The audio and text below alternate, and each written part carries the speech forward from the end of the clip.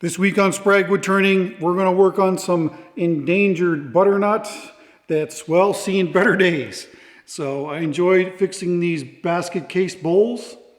That's next. All right, butternut. Some of you may not be familiar with that name, but yes, it is definitely a species of wood. As far as where it grows, I'm not sure if it grows into the southern U.S. or not, but I'm assuming that northern U.S. would have it for sure. And butternut is a protected species here in Canada. It's dying of what's called butternut canker. So you can't harvest any trees until they are dead.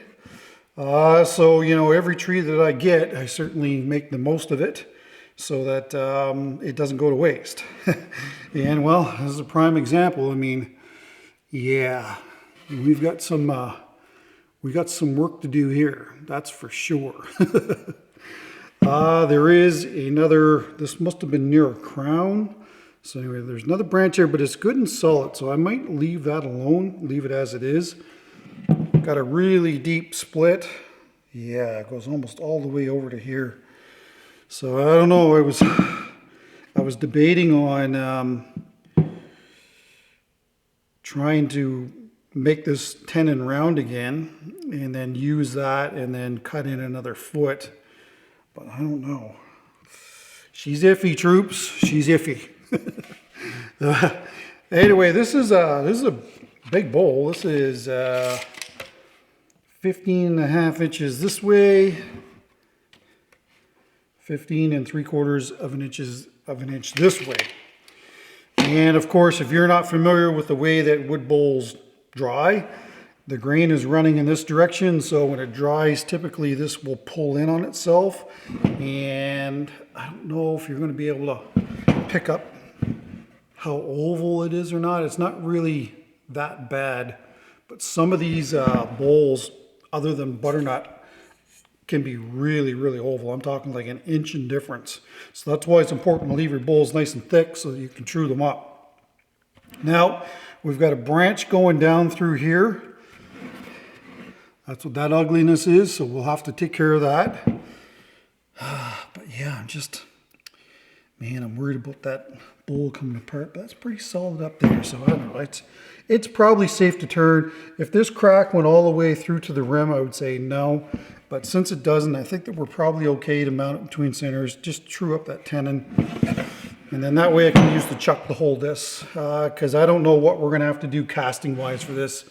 The great thing about butternut is it doesn't move a ton when it dries, which is not normal for a lot of pieces of wood, and it dries really easily where it doesn't, you usually don't have too much cracking with it either. So the fact that it doesn't move all that much when it dries, and the fact that it, you know, it's very kiln friendly is a really desirable thing as far as when it comes to making wooden bowls. Now, a lot of times when it comes to butternut, there will be kind of almost like a spiderweb pattern on the back side of it, and that's not the case with this one. And I think that's probably more because this is near a crown or something. I don't know what's going on here. And maybe I can go out in the drying shed and find an example and show you. But, you know, we've got some, I think these, yeah, small little wormholes. Interesting enough, ants absolutely love butternut. They, whenever the tree dies, every tree that I've ever harvested that's butternut has usually got ants in it. And if it doesn't have ants in it, when you get it home, if it sits around any length of time, when you go to process it, it's going to have ants in it. So they must really like the taste of it. Another name for this, I mean, I'm giving you an education on butternut. Yeah, another name for this is white walnut, just because the leaves on the butternut tree look similar to a walnut tree. I think the offset is different. That's one of the main things. Yeah, but yeah, white walnut. Anyway, let's get a center on this, and we'll get this on the lathe, get this trued up, and that way we can hold this with the chuck. So now that everybody's educated on butternut, welcome to the video. I'm just going to use a center finder here to find the center on the very bottom. But of course on the inside, after this was roughed out, there's usually an impression there that will give you center. And it only takes a couple of attempts to get it running fairly true. Yeah, that's probably about as good as it's going to get. So in order to trim this foot up, and the bowl for that matter, we're going to use the 5/8 bowl gouge by David Ellsworth. And then I'm just going to bring in the parting tool here just to crispen up that dovetail tenon. And I'm going to move this outboard.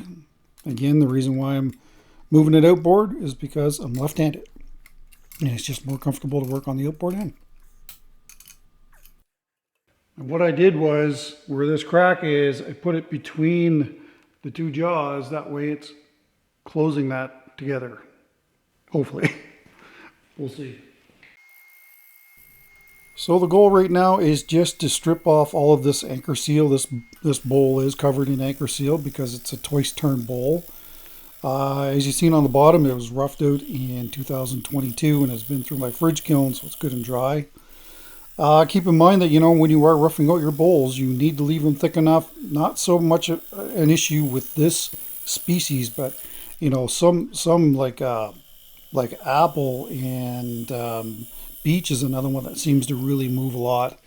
If you don't have that 1 inch for every 10 inches in diameter and thickness, so a 20-inch bowl should be 2 inches and should be 2 inches thick, then when you mount it back on the lathe, there may not be enough meat there to turn away so that you can actually turn something from it.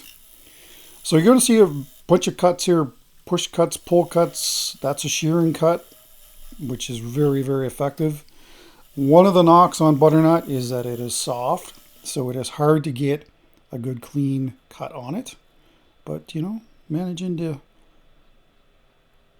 get that clean end grain, and that's the main thing. Yeah. So one of the negatives with butternut is the fact that it is very abrasive on your tools. Before I started turning, I sharpened the gouge, and then I had to sharpen it another 2 times, just, kind of rough finish turning this piece. And I believe that a lot of it's got to do with the fact that it seems to draw in a bunch of silica from the ground when it's growing. And I think, walnut's kind of in that category. I actually was just feeling the edge there and had to go and sharpen. So, I do find that it's very abrasive on your tools. So, but I mean, it's an absolutely beautiful wood, and, it's such a shame that it is dying out. I did talk to a forester when we were in Ontario, and they said that what they were doing at that time was going around and finding butternut trees that are canker resistant. And they were collecting those nuts, and they planned on repopulating areas with it. So I don't know if that project is still going on. I hope it is. I don't think there's anything like that here in New Brunswick on the east coast of Canada. But anyway, hopefully it doesn't die out. But yeah, a lot of the trees are under attack from things. Dutch elm disease. The emerald ash borer has absolutely destroyed the ash forests that are in the area here. And of course, we live close to Fredericton, which is the capital of New Brunswick, and it's called Elm City because of great big elm trees that are in the city. So it's you look, some of these trees are just absolutely massive. 6 feet across, 4 to 6 feet across, and to take those down is a lot of money. So they're doing their best to save them. So we're getting there. Thickness wise, this is still kind of a little beefy, but keep in mind if we want to put an inlay in the rim here that we're going to need some width. But yeah, this can probably go down another 1/4 of an inch or so. One thing I wanted to point out is this. This is that knot, and you can see it comes through to the inside here. Now when I first started trimming this knot was almost right on the end.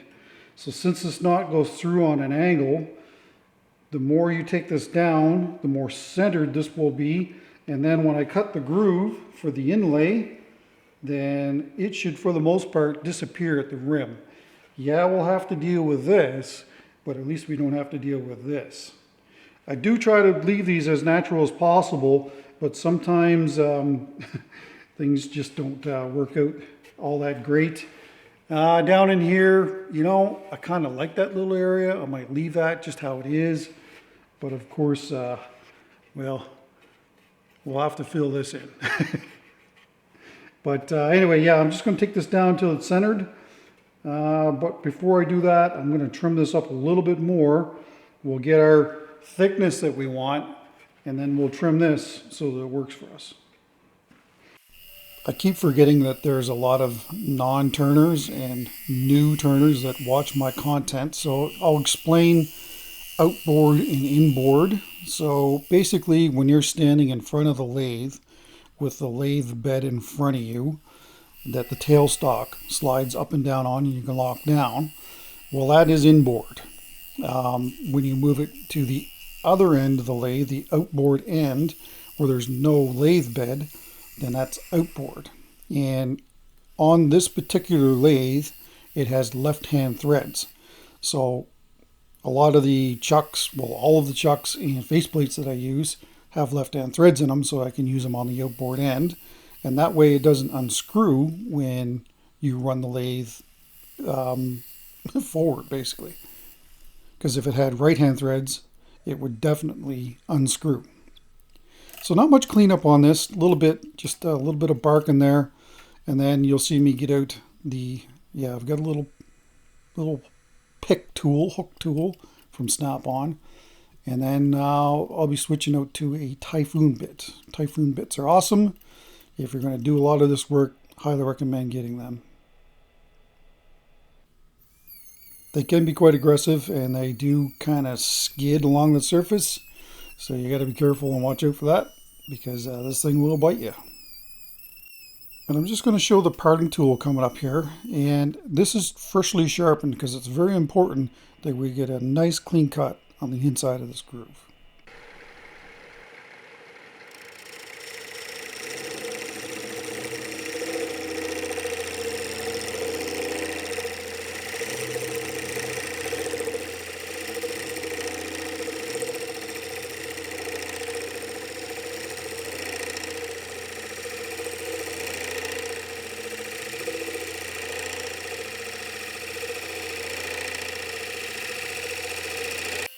Now, like I said earlier, butternut is quite soft, so again, it is very hard to get a clean cut on this.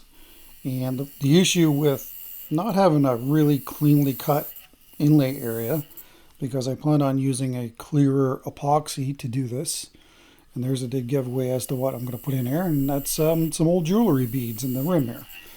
So, you know, you're going to see the sidewalls on the inside of this groove because of that clear epoxy, and that's why it's important to make sure that things are cut cleanly and don't have any tear out. So we're not there yet. You know, your initial cut into this, you don't really need to be too concerned about, but the next little cuts that I'm making here, you definitely want to just take little bits of material and cut it clean. So what I'm going to do is take some of this Flash Bond thick and put that on the inside of this groove. And the reason why I'm doing that is because if I don't, I'm worried about epoxy staining coming through the end grain, and then it'll be visible on the outside of the bowl. So by taking this step here and then setting it with the accelerator, it will essentially seal this up, and we won't get any resin staining or epoxy staining. And the last thing I'm going to do is just take some 180 grit here just to give that CA glue a bit of a tooth so the epoxy can bind to it. So you see me fitting the jewelry bead, and well, I've got these and more of these. Should be enough here, hopefully.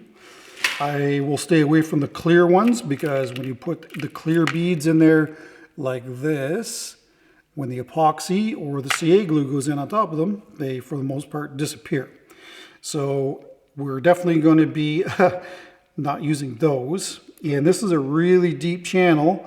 And the idea here is that the epoxy will go over top of this, fill this in, and then that way when I tool this back and sand it back, we don't get into these, because a lot of these you just can't work with. I would love to put them down in here, but the problem is they have holes through them because these are old jewelry beads, and I got these from a show friend named Val. She wasn't going to use them anymore, and you know, sent a whole bunch of other ones to me, gave them to me at a show. So she didn't like them and wasn't going to use them, so I'm going to give them another life in here. I did do a giveaway video quite some time ago using these. So this time around, I'm going to use them again because I think it's a really cool thing. One of the big issues that we have right now is this crack. Right now, if you remember, the chuck has that crack squeezed shut. So what I want to use is some Flash Bond Thin from Designer Epoxy and seal that up so that hopefully it won't expand, because I am going to do a resin pour in here. There's a lot of fine cracks in here that I definitely want to seal up. Good thing about this is it's on the side grain. Well, there's not, I guess it isn't really, never mind. This is end grain, but it's twisted, so it kind of doesn't really look like end grain. But the problem is sealing up the bottom side of this so that this doesn't leak. So I think that by filling this in with the clear CA to here, we should have some success in sealing that crack up and not having that epoxy weep out when we get to that stage. So that's enough talking, let's do some doing. I can't tell you how many times over the course of my career that CA glue has saved my bacon, and of course this here is from Designer Epoxy and it's an absolutely great one. Yeah, you can see it weeping out a little bit there. I'm hoping to not glue my chuck to this. And if you do want to get some of the CA glue, please use code InlayGemCA at checkout, and that will help with the channel. Thanks for that. All right, so what do we do here? Here and here. I got to be careful about this edge that I don't break it. I think that what we'll do with that is we'll just deal with those later. I don't think there's any need to really do with that now. What I'll probably do is take some dust, shove it in the hole, use some CA glue on it, and call it a day. Yeah, unfortunately, I'm going to have to take this out of the chuck in order to do all the stuff. If I wanted to, yeah, you know, I could groove this out and do an inlay in here, but I think sometimes it's best just to leave things as they are.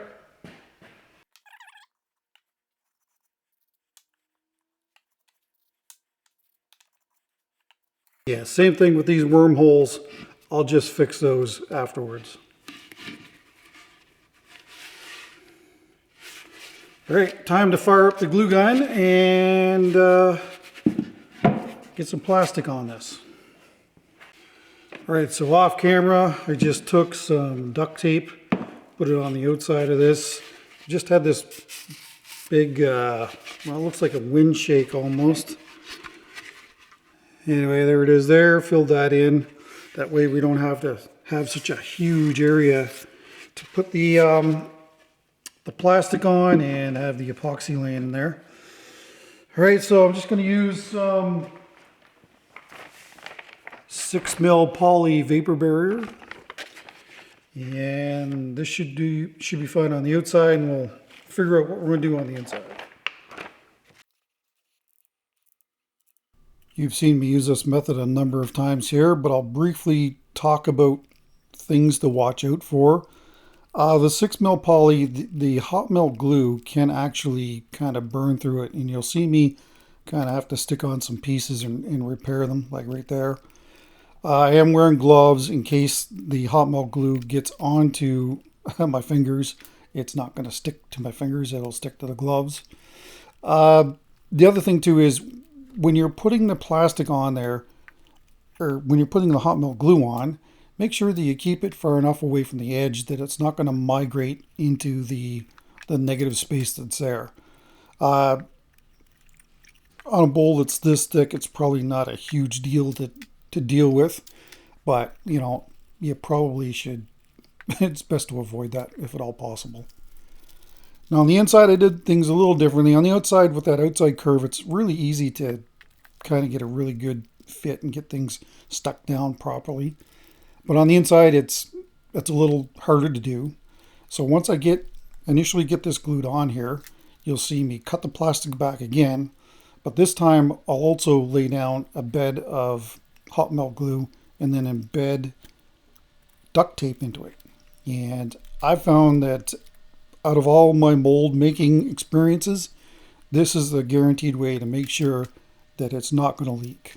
Sticking that duct tape into that hot melt glue works fantastic. So if you're having some issues with your molds leaking, use this method, and I'm not going to guarantee you're not going to have any leaks, but it certainly, you'll set yourself up for a success, that's for sure.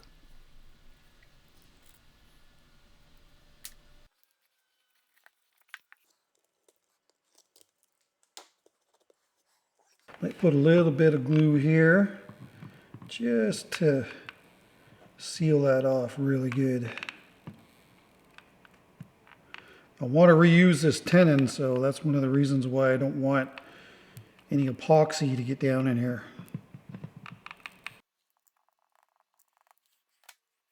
All right, let's get our beads in. You know, so once again, doing random is not an easy thing for me to do. So all I did was just dump these beads after I took out the clearer looking ones and the ones that maybe are a little too small, and just dump them in. I did not, there might be a bunch of white ones together, there might be a bunch of other colors together. I just find that if you're going for random, that's the way you do it. All right, I realize that might be a little hard for you guys to see. It's not too bad. Okay, so now I'm just going to take some time. These through holes, I'm going to get rid of those by turning each one of these. Yeah, it's going to take a minute. So anyway, I'll bring it back when we are ready to mix up some epoxy. Since we don't have a deep pour, Art Cast is the perfect epoxy for this. The only problem with really one-to-ones is the open time on it. So, you know, I do plan on degassing this epoxy before we use it. And as you can see, I'm going to use some emerald green. And yes, one is tinted strongly and one is not. And of course, the one that's not is going to be in the rim, and I'll explain that here coming up. But it's definitely best to move along as fast as you can when you're dealing with one-to-ones and epoxies that just don't have a really long open time.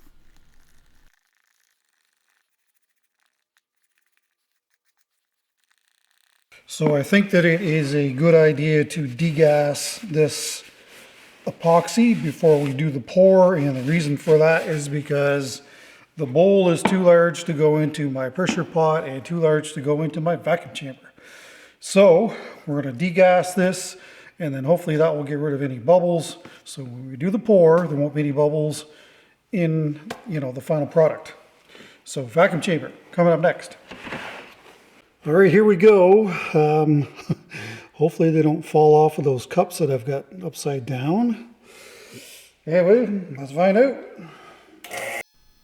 Yet again, some more satisfying vacuum chamber footage this week. Just like a lot of people, I enjoy watching the the bubbles come out of this and basically, releasing the vacuum and putting the vacuum back on. And I know some people question this method. Why don't I just leave the vacuum on? Well, I just find that, by releasing it and, putting a vacuum on it a few times, it really does help get rid of the bubbles quicker than just, say, leaving it on and having it overflow. Well, it's about 28 inches of vacuum. Just keep doing this for a little while. It shouldn't be too much longer. And I'll bring it back when everything is degassed.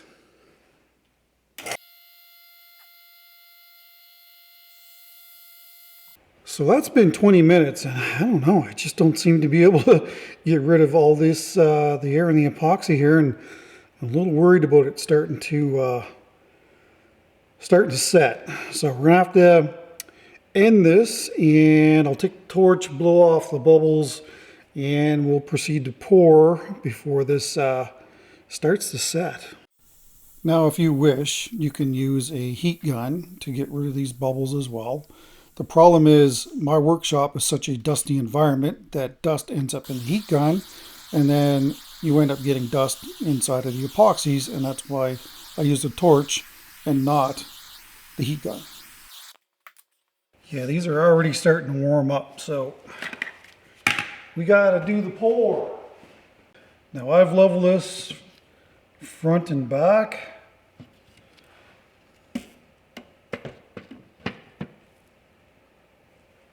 Pretty much perfect. Just need something to prop this open a little bit. That should work.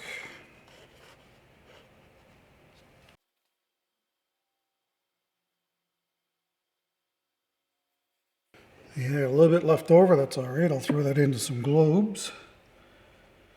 And we will let that sit for a little bit. It's still got to work its way down.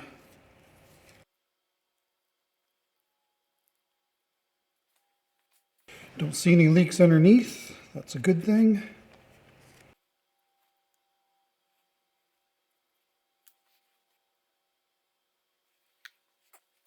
All right, I'm going to try and pour this. We'll see how big of a mess I can make.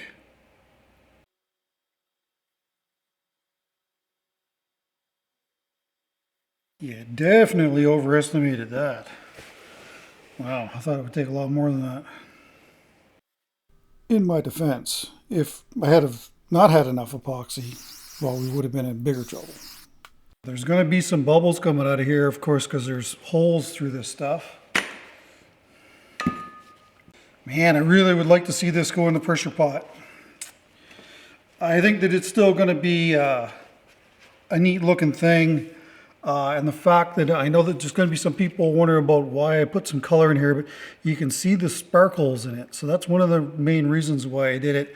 Could have maybe just put a little bit of crystal ice white in it, but I thought since we're doing green in here, that, you know, just a little bit of green in the rim would work as well.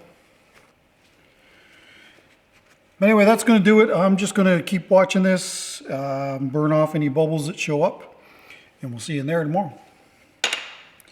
Got to put that in something too. All right, so it's 2 days later. I was doing some work in the sea can yesterday. Yeah, we got some bubbles. Hoping that when I tool this back and sand it, that we're going to get rid of the majority of these. My biggest concern is in here. I do not like the fact that I see a lot of bubbles at the top, and I can't remember how far this is down. So anyway, let's get this mounted on the lathe before even trying to pull this tape off. It's just going to be a lot easier. Just showing that I had to get rid of that glue in order to reuse the tenon. So that's why that's hanging down there like that, because there's no way it was going on there the way it was before. Yeah, so it's a little out of balance. There's quite a big heavy resin pocket on the inside of this, so when that goes away, it should be a lot nicer. Right now, I can only turn 300 RPM till we get that big resin pocket thinned out on the inside. But yeah, it's not going to be fun till then. So to trim this epoxy back, we're going to use the Hercules from Hunter Tool Systems. And while you're watching me do this, I'll briefly talk about last week's video, and that was a maple burl. Thank you so much to those that watched that. Maple burl platter, I should say. An absolutely spectacular piece of wood. But if you happen to miss that last week, I will link it at the end of this video so that you can watch it if you wish. And while I'm at it, I'll give you a house update. Today is Thursday, yes, the day before the video goes live. That just seems to be the schedule that I've been working on here lately, just kind of reacting to everything.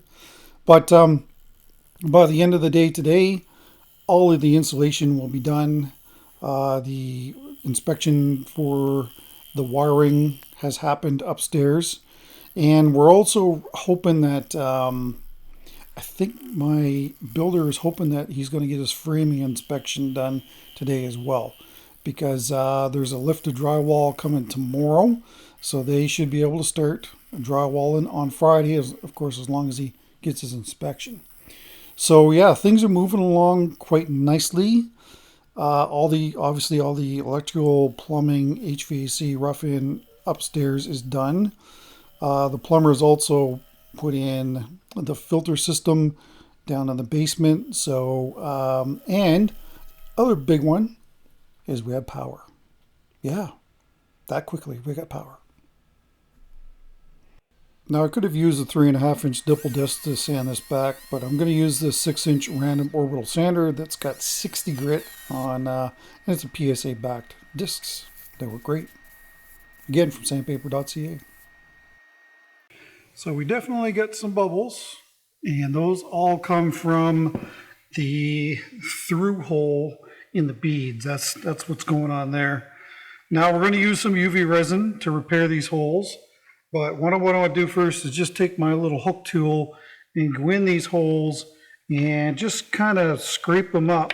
That way the UV resin has something to bond to. It's going to be super smooth inside here if you don't do this. And there's a possibility that it won't adhere to inside the bubbles. So that's why I'm using this little hook tool. This will also enlarge the hole so it'll be easier to fill. So yes, we ended up getting bubbles in the epoxy here. Honestly, it's really not that big of a deal and not that big of a deal to fix. What I am doing is if I find a really deep one, I'm going to mark it on the top surface so that I know that when I put the UV resin in to make sure that it's full all the way to the bottom. So where all these bubbles came from is from the through holes. If you had put deep cast in here, you would not have any issues at all because of its long open time. But literally after I put this epoxy in there, after it being in the vacuum chamber, it started to set immediately. So, I was lucky to even get it in there in time, and it just did not allow those bubbles to escape. So using deep cast, that is not an issue. That will all come out there. So, I think that if I had a redo on this, I would probably skip the vacuum chamber and allow that epoxy to weep into those through holes. And I think in the end, there wouldn't have been as many bubbles as we did after the first pour. Right now, I'm just going to take my 2 UV lights, go around and cure this probably a couple of minutes in each spot, and then we'll be back on the lathe. So, which is pretty typical of most inlay work, you're going to have to fill it 2 or 3 times. After I initially sanded it back here, I did, I think, 1 more filling, and that was it. That's all it took, and it looks good. There are some bubbles inside, but I really don't think that it takes away from the piece. Now, one thing that you need to really pay attention to now that you're at this stage, and that's trying to keep equal thickness in the pieces of wood out at the rim. So on the inside and the outside of the bowl, it's going to look really odd if you've got a thin piece on one side and a thick piece on the other. Just pointing out that there was some areas I had to fill on the back there that I didn't see initially.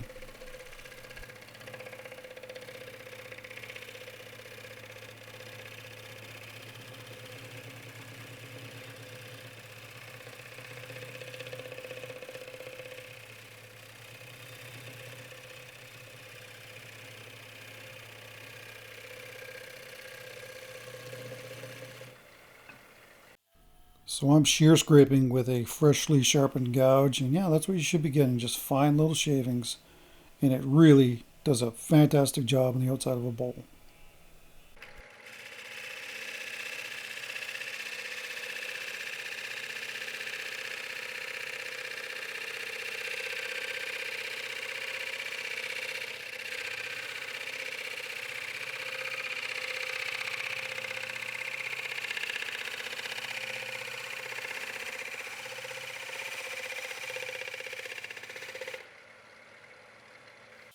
And the last thing they're going to do is just take some really light cuts on the inside to cut things nice and cleanly prior to sanding.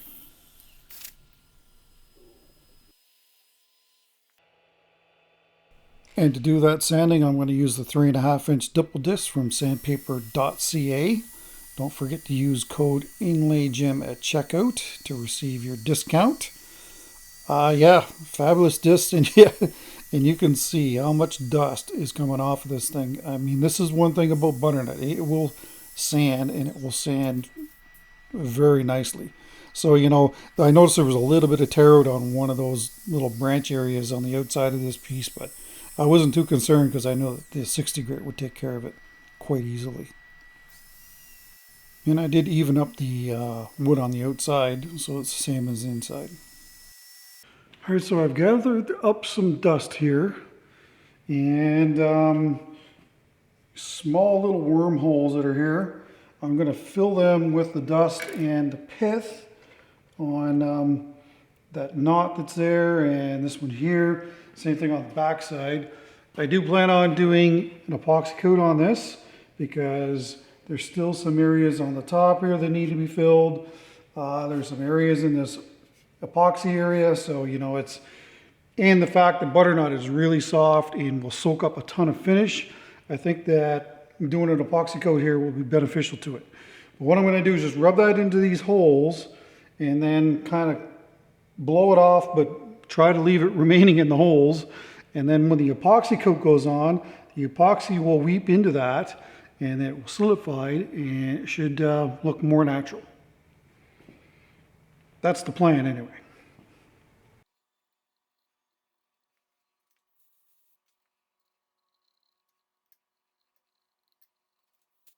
The key is to not blow it out though. I certainly could have just hit these with some CA glue and then sanded them back. That would have worked as well, but since I was doing the epoxy coat, I figured that, well, I would just do it this way and it worked fine. Here's 90 milliliters of the Pro Series from Designer Epoxy. Yeah, it's going to do a good job on this. And it should really bring this butternut alive. So yeah, like I said earlier, that you know it's since it's so soft, this is really going to eat up a lot of finish. So you know this epoxy coat is going to do, well, it's going to do a few things here. So it's going to fill in any areas where there still might be bubbles in the rim, which there were, at this point there wasn't too many. It will also weep into the end grain on this piece and help seal that up, and that of course should limit how much finish you're going to need to use. And it also just strengthens the bowl because it weeps deep into it and solidifies. So you know, I'll be doing this on pretty much every butternut piece that I make going forward. I think it's very effective. What do you think about that? Again, this thing is so huge. I'm probably 3 feet back from the camera and it's panned all the way out. Oh, butternut's just such a pretty wood. Too bad it's endangered.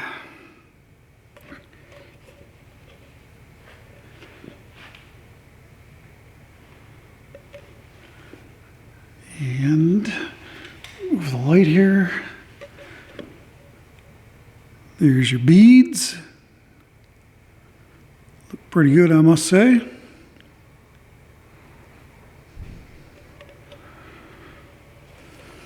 Anyway, let me know what you think. Love that epoxy area too. Emerald green, can't go wrong with that. Anyway, let me know. See you tomorrow for first coat of, I don't know if we'll do the sealer or we'll do original. I'll figure that out tonight. Anyway, let me know. So this is the next day, and again, back with the 3.5-inch dipple discs. I muted the volume on it because it was just too whiny. But sanded this from, I dropped down to 80 because there was a fair bit of epoxy still sitting on the surface of this. And went all the way to 600 on that. I didn't, that's kind of my new grid. I'm not going to go to 800 anymore, I don't think anyway. Unless it's an all resin thing, then probably then. That is the triple E, as in the city, not 3 E's, buffing compound from the Beal buffing system. And that should give us around 1,000, 1,200 surface prior to putting our first coat finish on.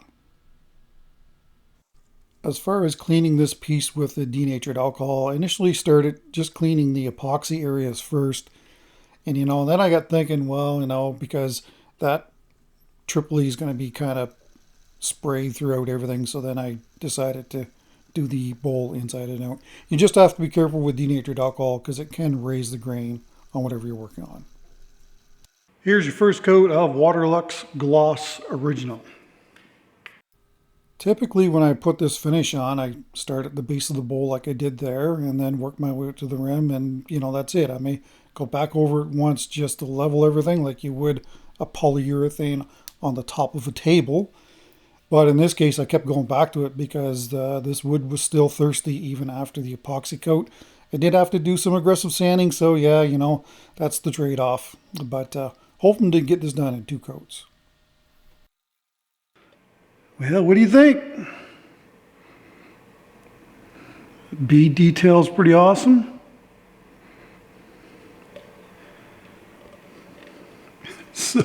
So big.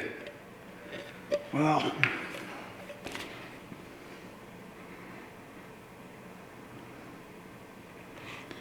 Epoxy area is awesome.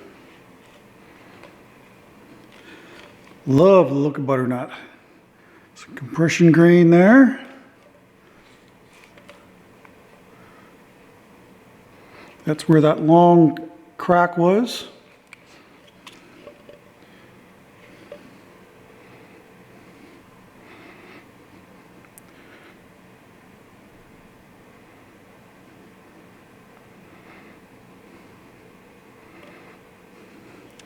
If you got some old beads laying around, throw them in the rim of your bowls.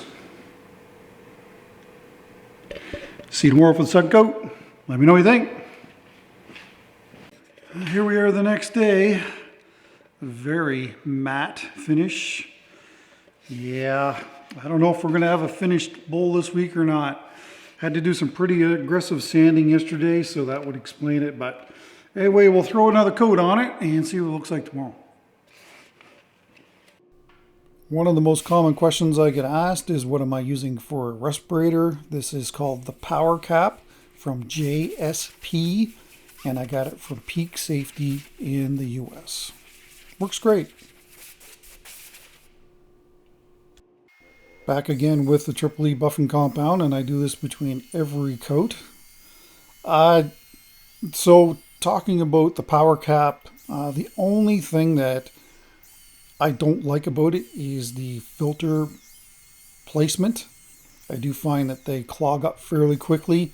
It's a fairly easy solution. You just do what I was doing before I started here. Just kind of blow across the surface of them and it kind of restores the airflow. I do wish that maybe the filters were mounted at the back of the unit. I think that it would perform better. But really, that's the only thing that I don't like about it. But other than that, I think it's a great product, and I do recommend getting one if you can, flip the cost of it. Now I'm going to show you. I'm going to clean this 3 times, and I'm going to show you why you need to use this denatured alcohol. That's a fair bit of buffing compound, and then I do it again, and you'll see that it's reduced a lot, but it's still there. And then after the 3rd time, for the most part, it's all gone. And we are ready for finish. All right, here's your second coat of Waterlux Gloss Original. Like I usually do, I'm using lint-free cotton rags to apply this. And again, I know I've covered this in the past. This is an expensive finish. Do yourself a favor, start using stop-loss bags. If you're having issues with it not laying out flat, it's probably getting too thick. And that's why it's not wanting to lay out flat. So try to keep your finishes in a warmer environment and use stop-loss bags, and they'll flow nicer, and you shouldn't have any streaking issues. Well, it looks pretty good. Hopefully it stays that way. Again, think so hard. It's so hard to show you. Yeah, that epoxy spot is really cool.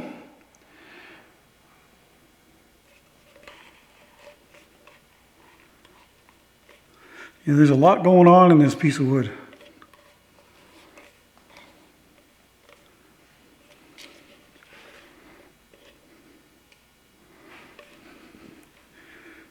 Get that bead detail.